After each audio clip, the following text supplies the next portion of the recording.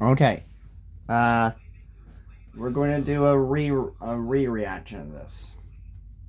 Dark chocolate with smooth melting caramel and a touch of sea salt.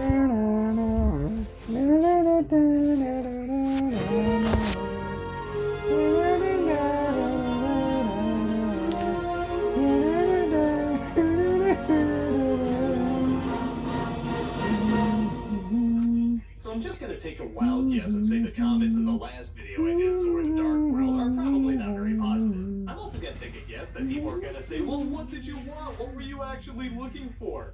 Captain America the Winter Soldier is what I was looking for. This is a sequel that had a previous film that was good and did a lot more with its premise than anybody would probably give him credit for.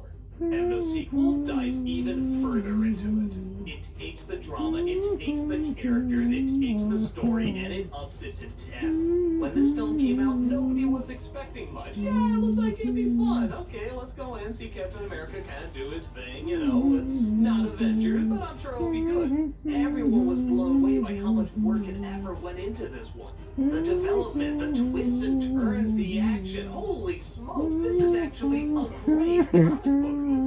Captain America returns in modern-day Washington, D.C., where he finds he's still having trouble fitting in, but not in the ways that you think. It's not the tee-hee-ha-ha, what's this thing I don't recognize. It's him trying to deal with the fact that a lot of people he knew are gone.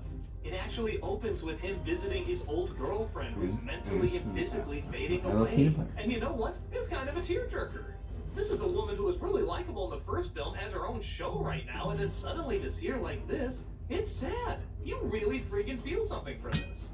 But that's not where it stops. S.H.I.E.L.D., it looks like it's being taken over by the same people that tried to stop Captain America in the first film. And Fury is dead, and the captain is told not to trust anybody, so he goes rogue. He gets a few people to join him, including Black Widow, and it's a chase to not only outrun S.H.I.E.L.D., but also stop that evil organization, now known famously as Hydra, while also trying to figure out the story behind their newest weapon, the Winter Soldier. I think most of the people know what the story is behind this guy, but I'm not gonna.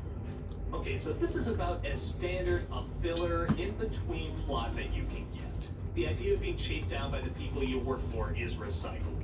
The evil organization from the first film, literally recycled. A lot of these characters you've seen before, some from their own TV show, yeah, this seems about as recycled as you can get. But again, in this movie, it's not the subject, it's the delivery. The atmosphere and the pacing is so good that whenever there's a new twist or turn, it feels like a big deal. You're surprisingly really invested in what's going on with a character that a lot of people found kind of uninteresting originally.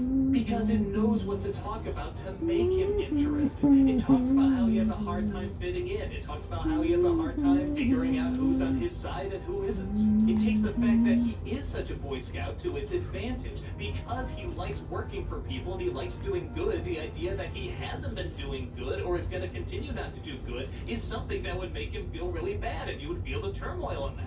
He's fighting for something you know he would fight for, and hey, you would probably fight for too. There's a scene with Gary Shandling that's actually a creepy scene. Yeah, a creepy scene with Gary Shandling. Somehow this movie made that